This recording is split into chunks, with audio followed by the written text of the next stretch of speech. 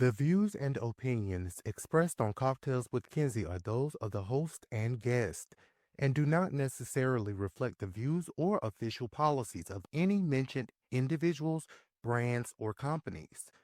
This show is intended for entertainment purposes only and should not be considered professional advice. Cocktails with Kenzie is not affiliated with, endorsed by, or sponsored by Crown Royal, Diageo, or any of their subsidiaries or partners. Any mention or display of products or drink recipes is for commentary and entertainment only.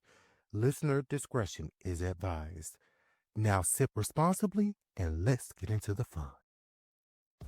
Listen, Potomac has officially entered the eviction era. Married to Medicine has entered the accountability era. And some of y'all parents out here are in the giving your child everything era. And I'm here to talk about all of it. Giselle out here calling Angel a top tier wag with bottom tier rent. Wendy dropping real estate team. And Dr. Simone at Married to Medicine? She's just trying to figure out if her son needs structure or a scholarship or something up, because this episode is a lot. Pour it up, it's Cocktails with Kenzie. Let's ride. Tougher than that talk with some truth on the side. Sunshine and tea, we keep it divided. Real talk and rhythm, yes, Kenzie time. Stay lit, stay real. It's Cocktails with Kenzie, baby, that's the deal. Welcome back to another Crown episode of Cocktails with Kenzie, where the drink is always strong, the opinions are unfiltered, and the housewives stay housewiving. So grab your glass, because tonight we're talking Real Housewives of Potomac, Married to Medicine, and a real question every parent has had to face, whether they like it or not. But get into the drink of the week, and I'll be right back. The drink of the week is the eviction notice, because Potomac was given short-term leases, quick exits, and landlords who said, now you gots to go. Start off by adding 2 ounces of Crown Royal Regal Apple, 1 ounce of pineapple juice, half an ounce of lemon juice, and half an ounce of blackberry syrup to a shaker with ice. Shake, shake, shake, like you did last night while nobody was watching, until chilled. Pour over fresh ice in a rocks glass, top with a small splash of ginger beer, and garnish with a dehydrated lemon wheel and blackberry. Now this drink is sweet up front, like Angel's explanation, sharp in the middle, like Giselle breaking the fourth wall, and a spicy finish, like Wendy dropping that $2,000 rent rumor. Drink up and enjoy.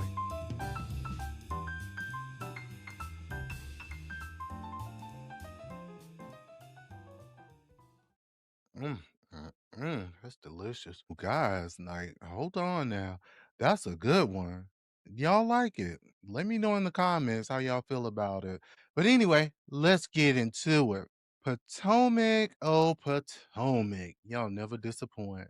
The way y'all delivered this episode, baby.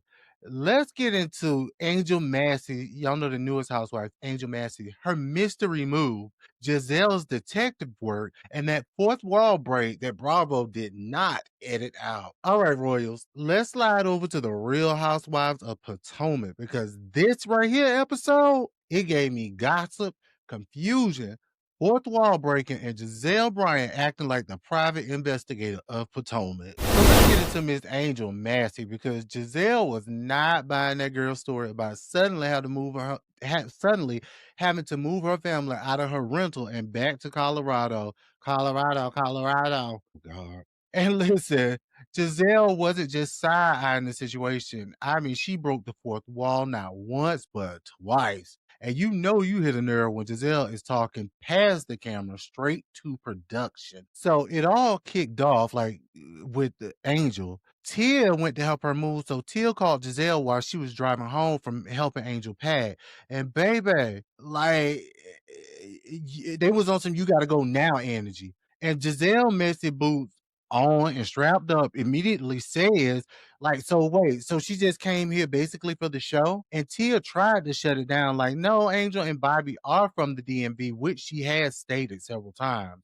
That's just not what it is. But Giselle was like, it ain't adding up. Y'all know how Giselle is. And honestly, Giselle had her detective hat all the way on. And she was like, if you're planning to move back here, you don't get a short-term lease. And I got to admit, the math wasn't math then. I mean, she made perfect sense. So in her confessional, Giselle fixes her wig, looks the producers dead in the eyes, and says something along the lines, when Angel started renting the house, she didn't give that lady the right time frame. She thought we'd be done filming, but we not. We still filming. And that lady was like, you ain't got to give me all the time. Now you got to go. Suzanne was like, Angel, baby, you have been evicted. And then she proceeds to take it a little bit further with that top tier wag comment.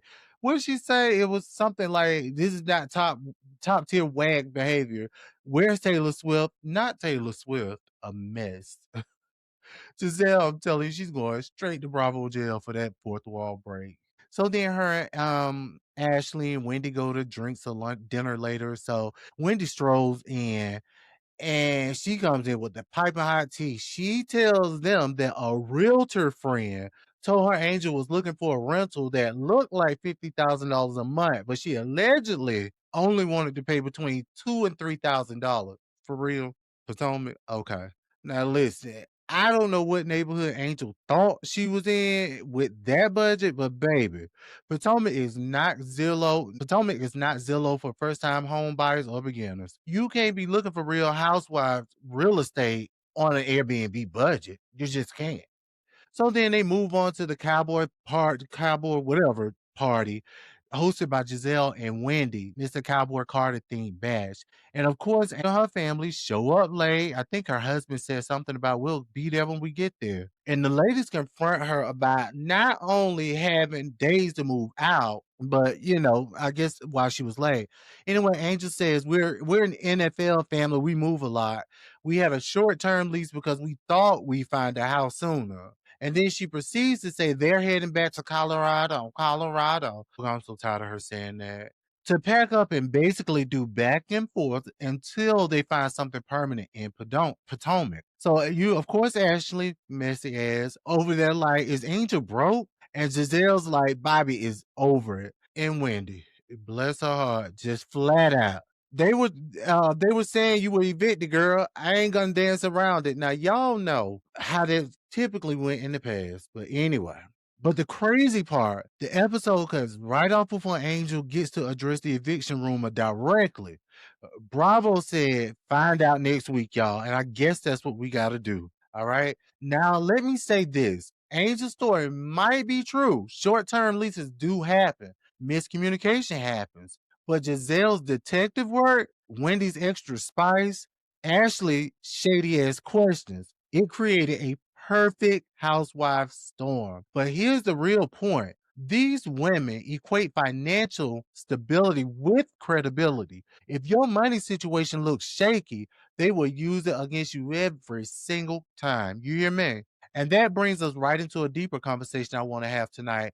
And we're going to transition right to Married to Medicine for this, because watching Simone and Cecil talk to their son Miles about law school made me think about something real. Dr. Simone and her family gave us a parenting masterclass and a meltdown all in one scene. I'm telling y'all now, I felt every ounce of Simone's frustration in my spirit.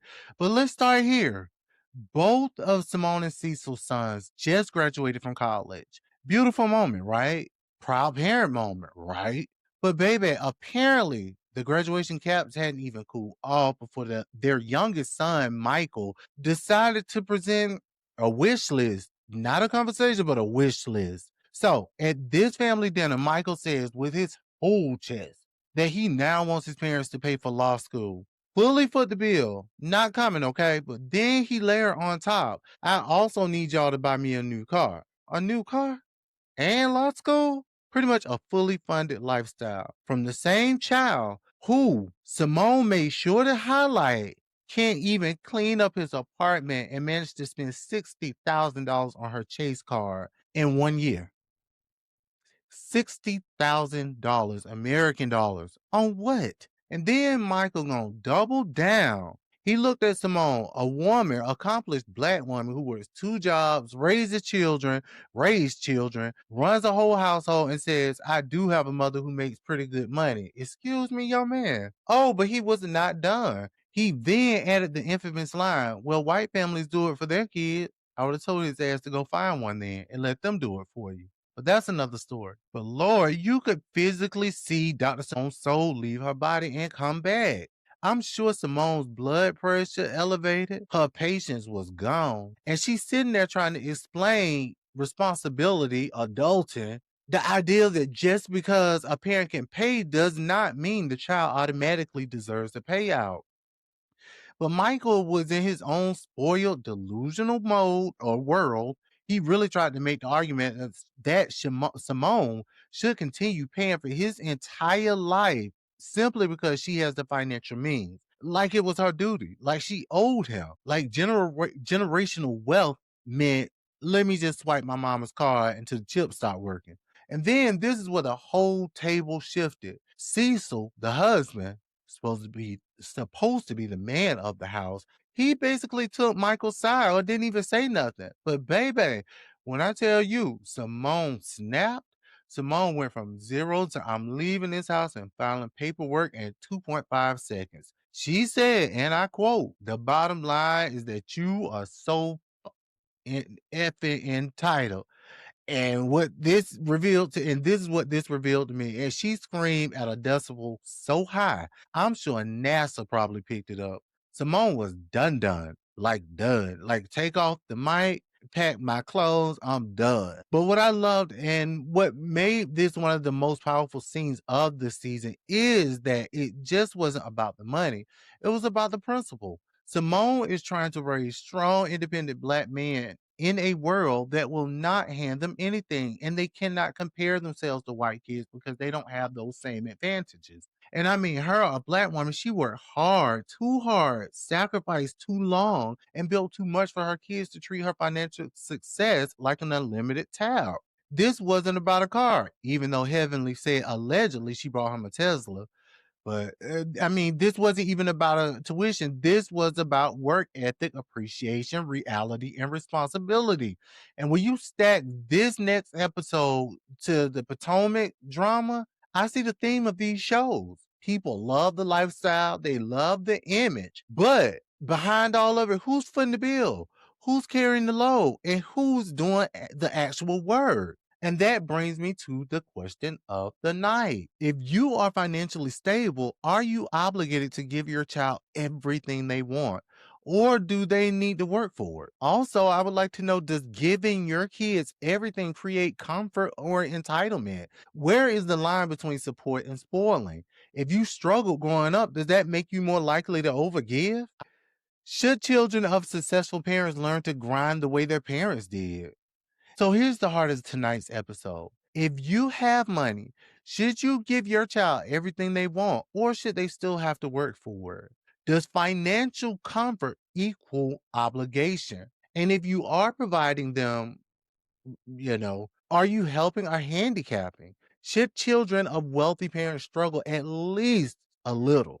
And if you grew up struggling, does that change your answer? Y'all make sure to email me your thoughts on the website www.crownedbykenzie.com, and make sure you let me know if you want it to remain anonymous. Also, if you have any questions that you would like answered or any advice, I'm not a medical professional, so don't take it to heart, but listen. Make sure you go to the website again, crownedbykenzie.com. Click where it says the Royal Court, and there you will be able to submit questions to receive advice. And who knows, if you go ahead and get it in, then your question may be one of the featured questions on the next episodes. Again, the website www.krownedbykenzie. That's going to take you everywhere you need to go. The podcast platforms, YouTube pages,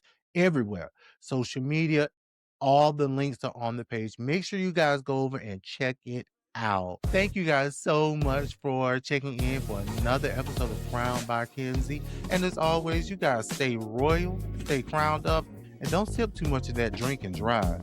Y'all take care. I'll see y'all next time. Bye.